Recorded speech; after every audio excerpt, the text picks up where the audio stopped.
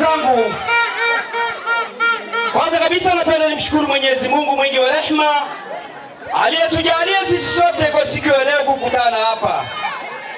Lakini ndugu zangu, niwaambie tu neno moja.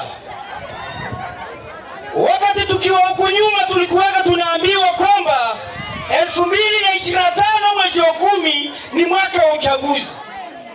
Na mwaka wenyewe wa uchaguzi ndio huu. Na mwezi wa uchaguzi ndio huu.